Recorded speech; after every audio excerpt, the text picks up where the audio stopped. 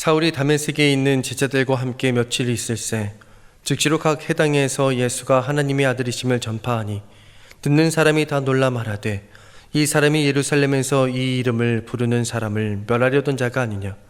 여기 온 것도 그들을 결박하여 대제사장들에게 끌어가고자 함이 아니냐 하더라. 사울은 힘을 더 얻어 예수를 그리스도라 증언하여 다메섹에 사는 유대인들을 당혹하게 하니라. 열이날이 지나매 유대인들이 사울 죽이기를 공모하더니 그 계교가 사울에게 알려지니라. 그들이 그를 죽이려고 밤낮으로 성문까지 지키거늘 그의 제자들이 밤에 사울을 광주리에 담아 성벽에서 달아내리니라. 사울이 예루살렘에 가서 제자들을 사귀고자 하나 다 두려워하여 그가 제자됨을 믿지 아니하니 바나바가 데리고 사도들에게 가서 그가 길에서 어떻게 주를 보았는지와 주께서 그에게 말씀하신 일과 다메섹에서 그가 어떻게 예수의 이름으로 담대히 말하였는지를 전하니라. 사울이 제자들과 함께 있어 예루살렘에 출입하며 또 주 예수의 이름으로 담대히 말하고 헬레파 유대인들과 함께 말하며 변론하니 그 사람들이 죽이려고 힘쓰거늘 형제들이 알고 가이사랴로 데리고 내려가서 다소로 보내니라. 그리하여 온 유대와 갈릴리와 사마리아 교회가 평안하여 든든히 서가고 주를 경외함과 성령의 위로로 진행하여 수가 더 많아지니라. 그때 베드로가 사방으로 두루다니다가 르다에 사는 성도들에게도 내려갔더니 거기서 에니아라 하는 사람을 만나매 그는 중풍병으로 침상 위에 누운 지 8해라.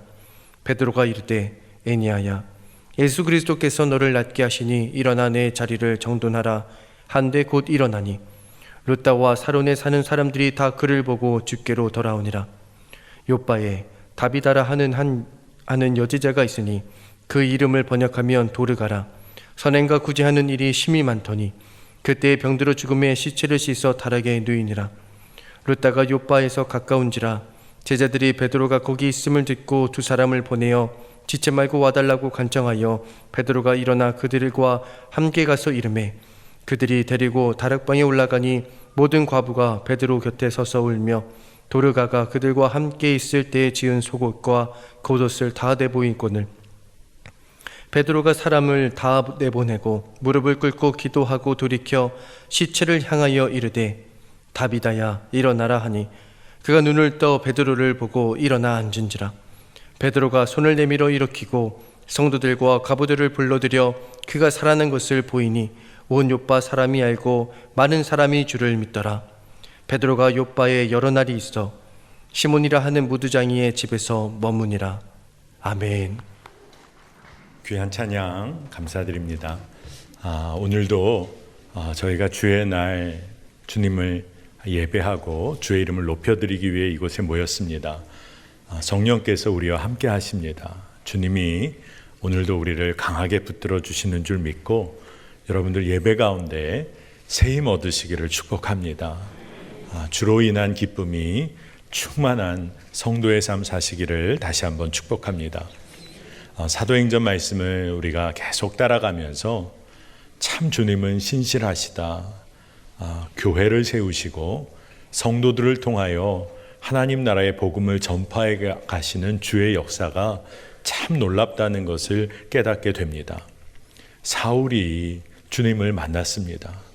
사울이 성령 충만하게 되었습니다. 그래서 그 즉시로 예수가 하나님의 아들인 것과 그리스도이심을 각 회당에서 그가 담대하게 증거합니다. 여러분, 예수의 이름을 부르던 자들을 박해하던 그였는데 그가 이제는 유대교의 중심부에서 예수를 증거하고 있습니다. 진짜 놀라운 일이죠. 살아계신 주님을 만나고 나니까 사울의 삶의 주인이 바뀐 겁니다. 이제는 예수의 이름으로 담대히 말하는 정도가 아니라 헬라파 유대인들과 변론도 하였습니다. 진짜 놀라운 변화가 일어난 겁니다. 제 마음에 그런 생각이 들었어요. 우리 성도들은 자신의 믿음을 증거하고 설명하고 드러낼 준비가 되어 있는가? 세상에 대하여 담대히 말할 뿐만 아니라 예수를 믿는 믿음을 변론할 정도로 믿음의 반석 위에 굳게 서 있나? 그런 질문을 하게 되었습니다. 여러분, 예수를 믿는 자의 증거 중에 증거가 뭘까요?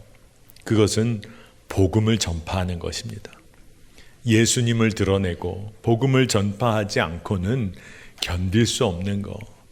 그게 진짜 예수를 믿는 자의 모습입니다. 사울의 삶에도 이 놀라운 변화가 시작이 되었는데 주님의 사랑이 있었기 때문에 이 일이 시작되고 또 이 일이 정말 강하게 일어난 것을 봅니다. 주님 핍박하고 박해하던 사울이었어요.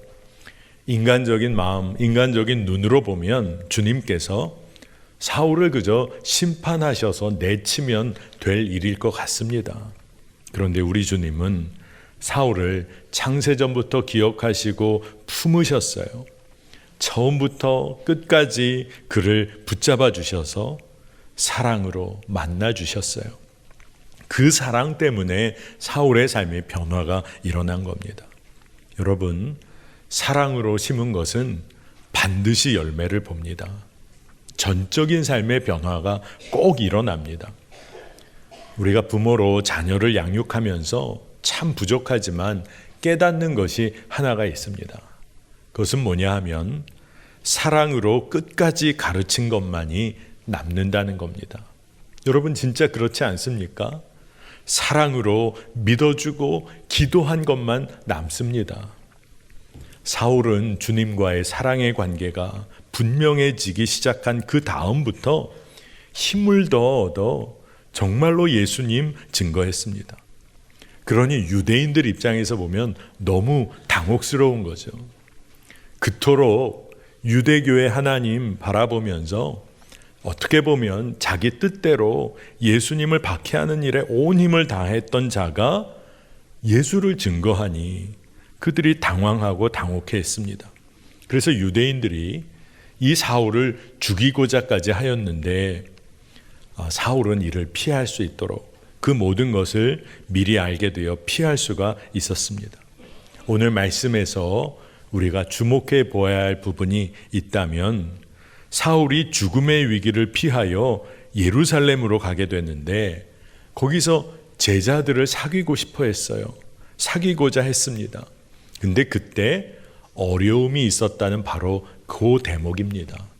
이 부분을 우리가 좀 주목해 볼 필요가 있어요. 그 누구도 사울을 쉽게 받아들여 주지 않았습니다. 그럴 만도 하죠. 이 사울이 우리를 결박하러 온 거 아닌지 의심을 거둘 수가 없는 겁니다. 어떻게 이 사람을 받아줄 수 있나? 선뜻 나서는 자 없었던 거죠. 그런데 오늘 말씀을 보니까 바나바가 있었어요.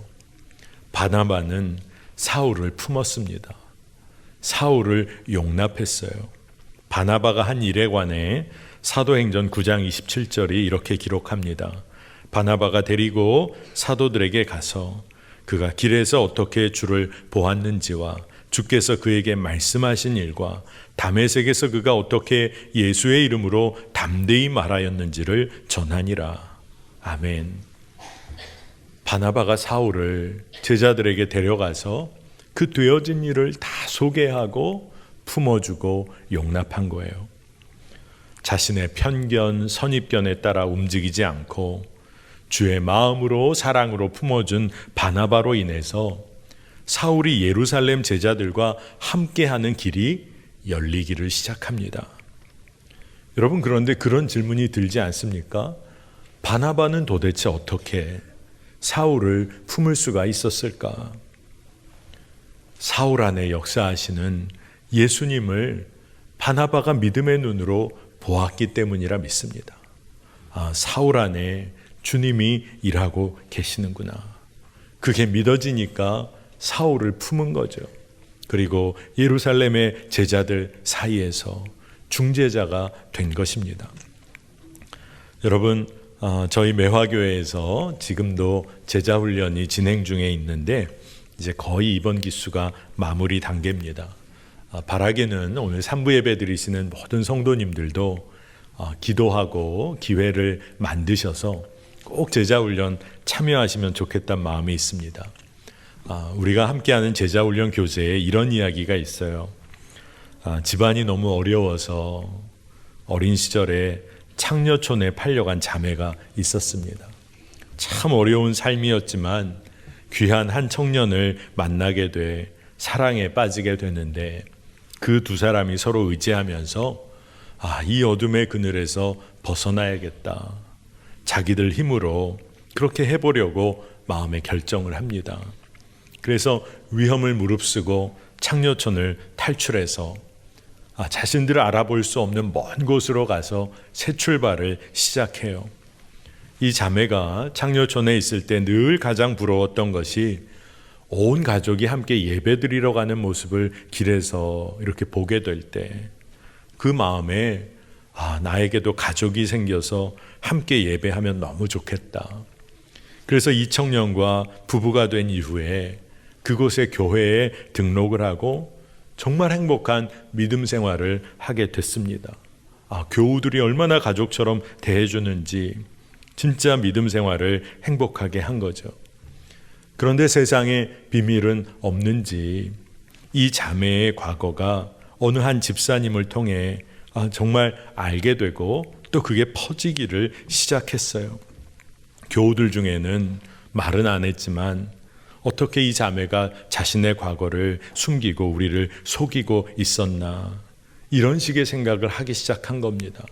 그래서 가증하고 더럽다 이런 이야기들이 은근히 퍼지기 시작했어요. 사람들 눈빛이 달라지는 것 같았고 이 두 사람이 보기에는 마치 자기들을 벌레 보는 듯 하는 것처럼 느껴졌습니다. 사람들이 교우들이 피하니 그래도 마음을 잡고 어떻게든 그 교우들에게 다가가려고 하는데 그럴수록 사람들은 더 떠나는 거예요. 창녀촌보다 더 싸늘한 교회에서 이 부부가 절망하고 낙심을 했습니다. 어느 날 밤에 이 부부가 결국 수면제를 나눠 먹고 영원히 깨어날 수 없는 잠을 청했어요. 느닷없이 이 젊은 부부가 죽게 되었을 때 그 교회 담임 목사가 가슴을 치며 울었습니다. 하나님, 제가 양떼를 치는 줄 알았는데 알고 보니 이리떼를 치고 있었습니다. 여러분, 우리는 정말 사랑으로 품고 용납하는 그리스도인으로 살고 있습니까? 꼭 이 이야기가 아닐지라도 우리는 정말 사랑하며 살고 있습니까? 내 생각에 정말 받아들이기 어려우니 그를 포용하고 세워주는 역사는 어떻게 생길 수가 있는 걸까요? 어떻게 가능할까요? 여러분, 우리가 육신을 따라 살면 불가능합니다. 그러나 진정 복음을 접한 삶은 반드시 변하는 줄 믿습니다. 여러분, 죄인 중에 죄인이고 괴수인 나를 주님이 품어주셨어요. 사랑해 주셨습니다. 그 십자가를 기억하면 우리는 달라질 수밖에 없습니다.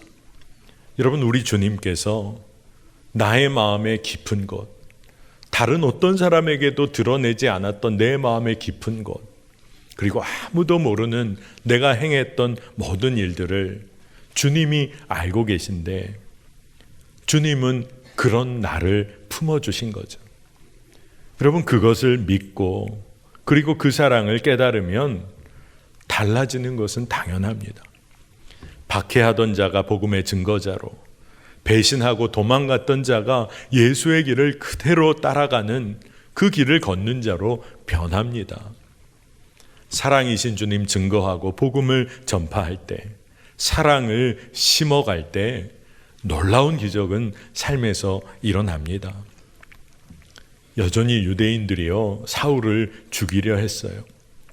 그래서 형제들이 사울을 가이사랴로 내려가도록 데리고 내려가서 그 다음에는 다소로 보냅니다. 복음이 계속 전해질 지역이 넓혀지고 있는 것을 봐요. 사실은 사울은 도망가다시피 움직이게 된 것인데 그 상황을 통해 주님은 복음이 널리 퍼지게 하십니다. 주의 계획하심과 역사가 참 놀라운 것이죠. 또 말씀을 보니까 참 감사한 것이 사울에게 예수 안에서 형제들이 생기기 시작한 거예요. 그리스도의 몸인 교회 공동체 안에서 사울이 한 몸으로 받아들여지기 시작한 겁니다. 주님께서 십자가에서 모든 이들을 당신의 자녀로 삼으신 것처럼 초대교회 공동체 안에 놀라운 일이 벌어지는데, 핍박하던 자, 박해하던 자, 원수로 대적하던 자를 품는 역사가 일어난 거예요. 바나바가 그 일을 시작하면서부터 변화가 일어납니다. 진짜 기적 중의 기적이 일어난 거예요. 초대교회 공동체가 교회의 원수였죠. 그 사울을 품으면서부터 주님이 약속하신 구체적인 일들이 이루어지고 드러나는 것을 함께 경험하게 돼요. 사도행전 9장 31절은 이것을 어떻게 기록하고 있냐 하면, 그리하여 온 유대와 갈릴리와 사마리아 교회가 평안하여 든든히 서가고 주를 경외함과 성령의 위로로 진행하여 수가 더 많아지니라. 아멘. 이 시점은 사실 교회가 분열하고 누구의 생각, 누구의 주장이 옳으냐 그르냐 따지면서 흔들릴 수 있는 상황이었어요. 사울을 받냐 마냐 뭐 이런 것부터 시작해서 흔들릴 수 있는 상황이었는데, 오로지 주님의 마음으로 사랑을 심었던 일, 사울을 품어낸 일로 인해서 복음이 유대와 갈릴리와 사마리아 계속해서 더욱 더 전파되는 것을 보게 되고, 교회들이 든든히 세워져 갑니다. 평안 가운데 세워져 가요. 진짜 놀랍습니다. 주를 경외하고 성령의 위로하심 가운데 부흥이 임하기 시작한 거예요. 다른 어떤 것이 아니었어요. 자신이 만난 예수를 증거하기 시작하고, 주님께 받은 사랑 그거 흘려보내야겠다. 그러면서 교회는 핍박 가운데 있는 것 같았지만 교회는 더 믿음의 뿌리를 든든히 내리게 됩니다. 사울을 통해서 정말로 어려움만 겪었던, 핍박만 당했던 것 같은데, 그 사울을 품게 되면서부터 초대교회가 하나님의 일을 더 분명히 보게 돼요. 그때 사도 베드로도 두루 다니며 복음을 전했습니다. 참 이 말씀이 놀라운 것은 사울을 통해 이방인의 선교가 열리기 시작하고, 베드로를 통해 유대인들 안에 예수님에 대한 복음이 증거되기 시작을 하는 두 축이 함께 가고 있는 것을 봅니다. 루다라는 곳에 이 베드로가 가게 되는데, 거기에 성도들을 만나게 돼요. 8년째 병상에서 중풍병으로 고생하고 누워있던 애니아를 봅니다. 만나게 돼요. 그리고 베드로가 담대히 예수께서 너를 낫게 하시니 일어나 너의 자리를 정돈하라. 너무 담대한 말을 했는데 그때 그가 일어납니다. 자리를 털고 일어나요. 바로 그때 루다와 사론에 사는 사람들, 그곳 사람들이 어떻게 하느냐? 주께로 돌아옵니다. 저는 이 말씀이 너무 중요한 말씀이라는 생각이 들어요. 치유의 결국은 주께로 돌아오는 겁니다. 예수를 삶의 구원자, 그리고 주인으로 인정하는 게 진정한 치유예요. 생명을 살리는 일은요, 주님을 온전히 믿는 일과 직결이 됩니다. 육신의 치유뿐 아니라 영혼의 구원을 의미하기 때문에 그래요. 그렇지 않으면요, 치유의 역사는 우리를 지극히 주관적인 신비주의나 열광주의에 빠뜨려 버립니다. 위험한 것이죠. 지금까지도 치유 집회들이 한국 교회와 기도원에 많이 있어 왔어요. 주님이 하기 원하시는 일들 중에 중요한 하나가 치유이고 회복이니 참 중요한 사역입니다.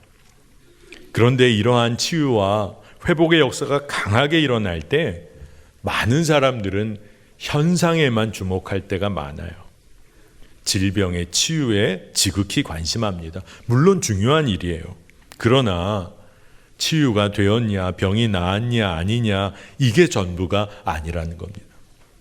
치유가 만약 일어났다면 그 일을 행하신 주님을 더 바라봐야 합니다. 그 주님께로 돌아가 말씀대로 사는 것이 사실은 치유의 결론이 돼야 하는 것이죠. 그러나 그 통로로 쓰임받았던 치유 사역자만을 의지하기 시작하면 주님은 가리워지고 믿음 생활이 왜곡되기 시작하는 겁니다. 귀하게 쓰임받던 치유 사역자들이 때로 실족하는 이유가 여기에 있습니다. 여러분, 핵심은 치유를 통해 행하시는 주님의 사랑 안에 거하게 되었느냐, 주님만 바라보게 되었느냐, 주의 사랑, 그 사랑만이 남게 되었나, 이것이 중요한 것이 됩니다. 이후에 베드로가 욥바에서 다비다라 하는 여제자, 번역하면 도르가라 하는 여자, 그 여자가 죽은 사건을 직면하게 돼요. 그곳에서 베드로가 죽은 자를 살리는 기적을 행합니다. 근데 이걸 베드로가 했어요. 진짜 참 받아들이기 어렵게 생각이 들지도 모릅니다. 왜냐하면 베드로는 예수님 모른다고 부인해서 저주까지 하며 도망쳤던 베드로입니다. 베드로가 얼마나 실수가 많았는지, 예수님 뜻과는 다른 일을 막 자기 열심으로 그렇게 했던 자가 베드로입니다. 근데 그가 예루살렘 교회 공동체의 리더로 주님이 행하신 일을 그대로 행합니다. 이 말씀을 쭉 보면 여러분 그런 느낌이 드셨을 거예요. 중풍병자를 일으킨 것도 예수님이 하신 일, 그리고 죽은 자를 일으킨 것도 예수님이 하신 일과 같은 그 일을 그대로 행하며 걸어갑니다. 여러분, 베드로가 도대체 어떤 사도길래 이런 일을 할 수 있는 거죠? 다른 게 아닙니다. 베드로를 예수님께서 끝까지 품고 포기하지 않으셨기 때문에, 베드로를 사랑으로 끝까지 포기하지 않고 붙잡아 주셨기 때문에 이제 베드로가 오로지 예수의 이름으로 기도한 거예요. 그리고 주님이 하신 그 길을 그대로 따라간 겁니다. 사도행전 9장 40절에 베드로가 사람을 다 보내고 무릎을 꿇고 기도하고 돌이켜 시체를 향하여 이르되 다비다야 일어나라 하니 그가 눈을 떠 베드로를 보고 일어나 앉는지라. 정말 놀라운 일이죠. 아멘입니다. 중풍병자 자리에서 일어나고 죽은 자가 살아나 앉고 너무나 강력하고 놀라운 일이 벌어졌습니다. 기적이 일어난 거죠. 우리는 이 말씀을 묵상하고 말씀을 보며 아마 이럴지도 몰라요. 그래, 초대교회 때 그래, 그때는 그랬지. 그때는 기적이 일어나고 그때는 그럴 수 있었겠지. 이 정도 마음으로 말씀을 볼지 모릅니다. 그런데 여러분, 왜 우리가 사는 이 시대에는 기적이 사라지고 있는 걸까요? 왜 희미해지고 있는 걸까요? 말씀을 묵상하는 가운데 예수의 이름으로 증거하고 행하는 일이 사라지기 시작했기 때문이다. 그런 마음이 들었어요. 원수까지도 사랑하고 도저히 용납하기 어려운 사람, 그 누구도 저 사람만큼은 받아들일 수 없지 하는 바로 그 사람을 품어내는 일이 교회 안에서 사라지기 시작한 거죠. 예수를 내 삶의 주인으로 받아들였다, 입술로는 고백은 하지만 사랑으로 품어내는 삶의 흔적은 희미해지기 시작한 것입니다. 이 시대에 왜 기적이, 하나님의 행하심이 강하게 드러나지 않고 있는 걸까요? 그 당시에 하나님을 먼저 믿는다고 했던 유대인들, 그들의 삶이 어땠습니까? 말씀을 보니 먼저 하나님의 백성이 된 유대인들, 예수님을 하나님의 아들로 받아들이지를 않았어요. 믿지를 않습니다. 예수의 이름으로 말하는 자들 다 죽이려고 했어요. 핍박했습니다. 복음의 소식 결코 받아들이지 않고 자기의 완고한 고집대로 그냥 자기 뜻대로 믿음 생활 하려고 했어요. 그러니 주님의 사랑 온데간데 없었습니다. 여러분, 이 시대의 성도들의 삶은 어떠합니까? 안락하고 편안하게 믿음 생활하기 원합니다. 사랑하고 섬기는 거 좀 부담되니 그저 교회가 알아서 했으면 좋겠다 생각할 때도 있어요. 그저 나보다 열심히 있는 사람들이 사랑하고 구제하고 섬기면 나도 그 교회의 일원이란 것으로 그저 위안받고 만족감을 누리려고 할지도 모르겠습니다. 그리스도의 몸인 교회 세워나가는 데 있어서 사랑의 일꾼이 되려고 하기보다 이미 외적으로 잘 세워진 교회, 그냥 거기에 속하기를 원합니다. 여러분, 우리는 주의 사랑 안에 진정 거해야 합니다. 주님 경외하고 성령의 이끄심에 우리 마음을 내어드려야 합니다.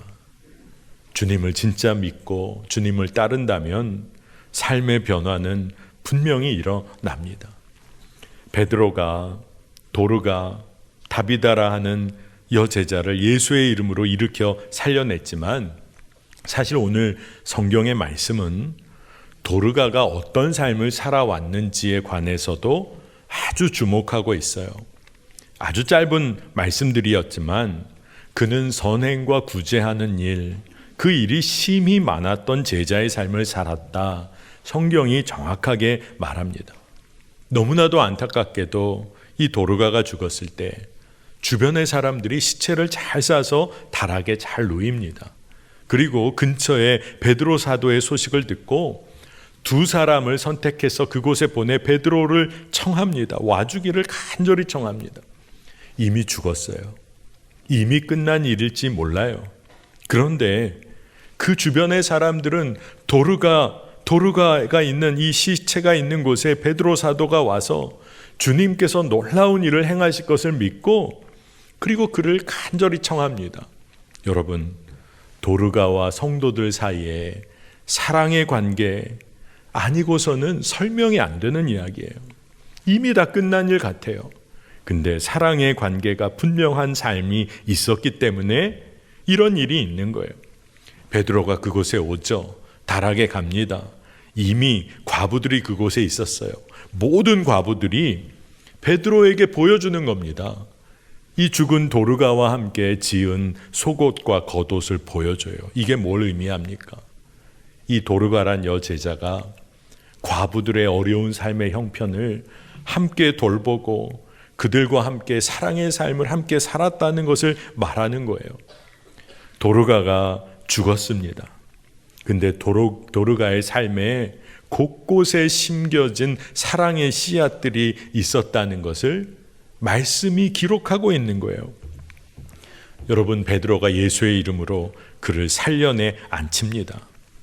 그런데 그 과정 가운데 주님의 마음으로 사랑하고 섬기며 씨앗을 뿌린 도르가가 뿌린 그 씨앗들이 하나하나 연결이 돼서 주님이 일하실 길을 이미 예비하여 열어놓은 것을 봅니다. 진짜 놀랍죠? 사랑으로 심은 것만이 열매를 맺습니다. 여러분, 사랑으로 우리는 심고 우리는 주님의 기적을 볼 것입니다. 여러분, 우리가 그 믿음 꼭 놓치지 않아야겠습니다. 예수님은 이미 그의 공생애에서 주님을 믿는 자들을 통해서 일하실 것에 관해 분명히 말씀을 주셨어요. 요한복음 14장 12절에 내가 진실로 진실로 너희에게 이르노니 나를 믿는 자는 내가 하는 일을 그도 할 것이요 또한 그보다 큰 일도 하리니 이는 내가 아버지께로 감이라. 아멘. 예수님을 정말 믿는 사람, 그들이 그들의 삶을 통해 주의 일을 행할 거라는 거예요. 놀라운 일을 행할 거라는 겁니다. 여러분 생각해 보세요. 우리가 십자가의 사랑을 경험하고 믿으면 우리는 사랑할 수밖에 없어요. 은혜 받을 수 없는 자인데 은혜 받은 것을 기억하면, 그게 믿어지면 그 은혜를 흘려보낼 수밖에 없는 게 맞잖아요. 오늘 말씀은 중풍병자가 고침을 받았던 그 사건과 마찬가지로 죽은 자가 일어난 이후에 어떤 일이 벌어졌는지를 기록해 놓습니다. 오늘 사도행전 9장 마지막 부분이죠. 42절 43절을 보니까 온 요빠 사람이 알고 많은 사람이 주를 믿더라. 베드로가 요빠에 여러 날 있어 시몬이라 하는 무두장이의 집에서 머무니라. 죽은 자를 일으킨 놀라운 기적이 일어났을 때 말씀은 진짜 놀라운 기적을 기록해 놔요. 그것은 뭐냐 하면 사람들이 주님을 향하게 되었다는 거예요. 온 요파 사람이 알고 많은 사람이 주를 믿더라. 주님을 더 알고 주님을 믿게 된 일이 벌어졌는데 죽은 사람이 일어난 것보다 사실 주님을 믿게 되었다는 것이 진짜 기적인 거예요. 여러분, 우리 모두 믿음 생활하면서 기적을 바라는 마음이 있습니다. 재정의 문제도 해결이 되고 가정 안의 문제, 질병의 문제도 해결되기를 간구합니다. 그러나 이 모든 문제보다 크신 우리 주님이 내 안에 살아계시다. 그리고 그분을 믿고 교제하며 살게 된 것, 이게 가장 큰 기적 중의 기적입니다. 구약 시대를 여러분 말씀을 통해 보세요. 죄인인 우리가 하나님의 이름조차 부를 수 없었던 그런 죄인의 삶을 우리가 살아왔어요. 그런데 십자가의 은혜로 주님을 모시고 살게 되었어요. 이게 진짜 기적인 거죠. 주님이 나와 함께 계시다. 이게 주님의 사랑을 우리 가운데 드러내는 가장 강력한 증거입니다. 내가 그 주님을 믿게 되었다. 은혜인 거죠. 기적 중에 기적인 것이죠. 여러분, 도르가가 일으켜져 살아났습니다. 하지만 사람들은 베드로에 주목하고 베드로를 따른 게 아니라 주님을 믿게 되었어요. 우리가 그 현장에 있었다면 얼마나 놀라운 일입니까? 근데 바로 그때 사람 바라보지 않고 주님을 믿게 되었다. 성령의 역사가 굉장히 강하게 일어난 것입니다. 베드로도요, 이 일에 진짜 귀하게 반응을 했습니다. 그가 자신을 드러내면서 예수님이 하신 일을 가로채려고 하지 않았어요. 사도의 권위 내세우고 주장하지 않았습니다. 오히려 그가 요빠에서 무두장이 시몬의 집에서 여러 날 머물렀다. 이 사실을 봐도 우리는 알 수 있어요. 여러분, 무두장이가 뭡니까? 가죽을 다루는 직업을 가진 사람을 말해요. 여러분, 가죽을 다루려면 꼭 해야 할 일이 뭘까요? 그 동물의 주검을 접해야 합니다. 접촉할 수밖에 없는 거죠. 유대교 전통에서 주검을 접촉한다? 이것은 부정한 거예요. 근데 직업이 늘 그 부정한 일을 한다? 유대인들이 얼마나 이 무두장이를 낮게 여기고 천하게 여겼겠습니까? 그런데 베드로가 죽은 자를 살린 큰 기적을 예수의 이름으로 행하고 나서 사람들의 관심 이목 다 피해서 가장 낮은 자리, 그곳에서 천대받는 그 시몬의 집에 가서 시몬과 여러 날 교제를 했다는 거예요. 사람들의 사랑과 관심에서 멀어진 자, 주의 마음으로 만나 그곳에서 사랑하고 섬기고 함께하는 시간을 가졌다는 겁니다. 여러분, 어떻게 이런 일이 벌어질까요? 주님의 마음을 가진 자, 사랑하고 섬기는 자가 예수를 드러냅니다. 예수를 드러내는 자는 사랑하고 섬깁니다. 그 삶의 주님은 당신의 일을 정확하게 행하시는 거예요. 사울을 처음부터 끝까지 품으신 주의 사랑으로 인해 복음이 전파되기 시작했어요. 이방 땅에까지 전파되기 시작합니다. 그 누구도 받아들이기 어려운 사울을 바나바가 품었을 때 초대교회가 바뀌기 시작해요. 변화가 일어납니다. 주 안에서 한몸됨의 역사, 서로가 형제자매로 인정하고 품는 사랑의 기적이 일어납니다. 사랑으로 섬기기 시작하니까 유대와 갈릴리와 사마리아의 교회가 평안 가운데 든든히 세워지기 시작해요. 성도의 수도 늘어납니다. 베드로가요, 이 베드로 통해 예수님의 행하심이 강하게 치유와 회복의 역사로 드러났을 때 진짜 놀랍죠. 이미 주의 마음으로 사랑의 씨앗을 뿌렸던 사람들이 있었던 거예요. 그 놀라운 일들로 인하여 하나님의 역사는 강하게 드러났습니다. 여러분, 우리가 이제 가야 할 길이 분명하겠습니다.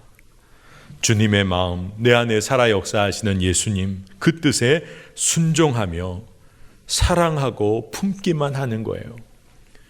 여러분, 사랑만 하는 삶 사시기를 축복합니다. 사랑으로 심었더니 우리 주님께서 놀라운 변화를 일으키십니다. 우리가 해야 할 일이 있다면 예수의 이름으로 전하고 행하고 사랑을 심는 거예요. 사랑을 심고 기적을 보게 될 줄 믿습니다. 사랑을 심고 믿음으로 주의 영광을 보게 될 줄을 믿습니다. 여러분, 진짜 하나님이 행하신 일을 간구하신다면 여러분, 사랑의 씨앗을 심으시기를 축복합니다. 주님이 꼭 열매를 맺게 하십니다. 오늘 이 믿음으로 우리가 나아가는 삶, 복된 삶 누리시기를 축복합니다. 우리 함께 기도합니다. 하나님, 오직 사랑으로 섬기고 품어내는 삶 살기를 원합니다. 주님이 이 땅에서 섬기신 사랑의 길을 담대하게 믿음으로 걷게 하여 주옵소서. 눈에 보이는 이적과 기사에 마음 빼앗기지 않게 하시고 그 일을 행하시는 우리 주 예수 그리스도 바라보며 사랑만 하게 살게 하여 주옵소서. 사랑으로 심고 기적을 보게 하여 주옵소서. 변하지 않을 것 같은 우리 가정, 변하지 않을 것 같은 나의 일터, 사랑을 심고 기적을 보게 하여 주옵소서. 사랑을 심고 복음의 역사를 증거하게 하여 주옵소서. 모든 것 감사드리며 예수님의 이름으로 간절히 기도합니다. 아멘.